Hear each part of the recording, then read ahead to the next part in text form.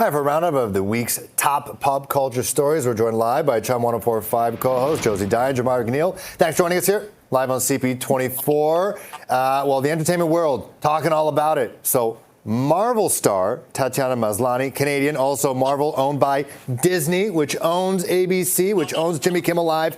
She is calling for a Disney boycott after Jimmy Kimmel's suspension. What more are you hearing about that?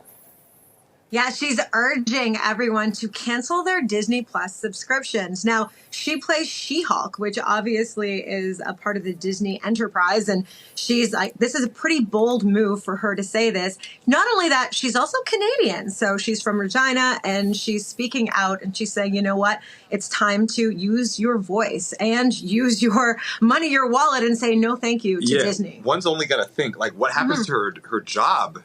Absolutely. After speaking out like this. This was a very unexpected. We've heard reactions from all over the poposphere, you know, Jon Stewart, Jimmy Fallon, but this one, someone on their own platform in their own company, is a very interesting one. And I mean, for Jimmy Fallon as well, to come out and say this isn't right, that's huge because he often doesn't take, he doesn't take a side. And he also competes with Jimmy Kimmel. He competes. It looks like a lot of people in Hollywood coming together and supporting Jimmy.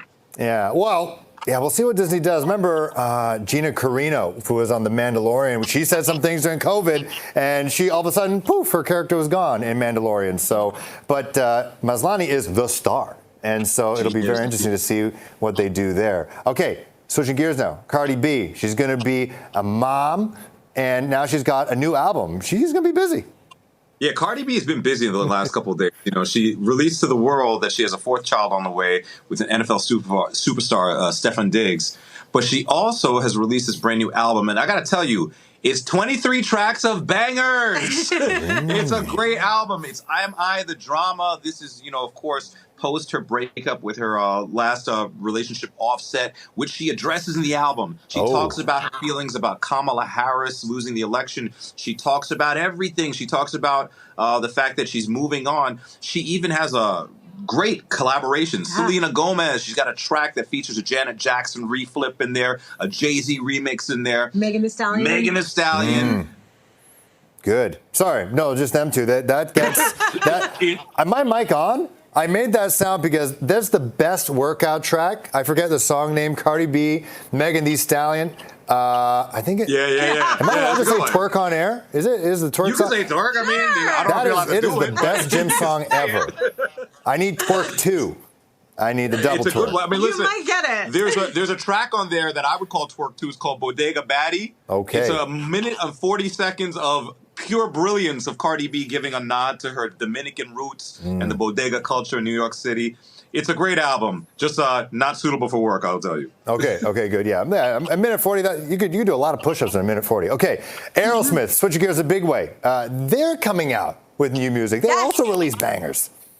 Yes, and you know what? This is huge for the Aerosmith audience because, listen, we thought they were done. I mean, Steven, he talked about how he had voice surgery and he wouldn't be able to tour, and maybe that still holds true that he can't tour, but he's putting out a five-song EP. It's coming out in November with Youngblood. This is really, really cool because Aerosmith fans kind of thought this was it. It was over, but they never really had that goodbye that they really wanted. So maybe this is a goodbye. Maybe his voice is healed. We don't know, but we're really excited about new music.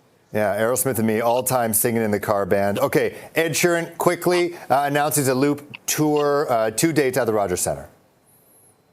Yeah, Ed Sheeran's got a brand new album, Play, with an amazing lineup of tracks. But the tour is called the Loop Tour. Ed Sheeran, if you know, he goes a lot of times on stage with just his guitar and what they call a loop pedal, where he'll play some music, hit the loop pedal, and then the music he just played will play in a loop, and then he'll play along to his own loop.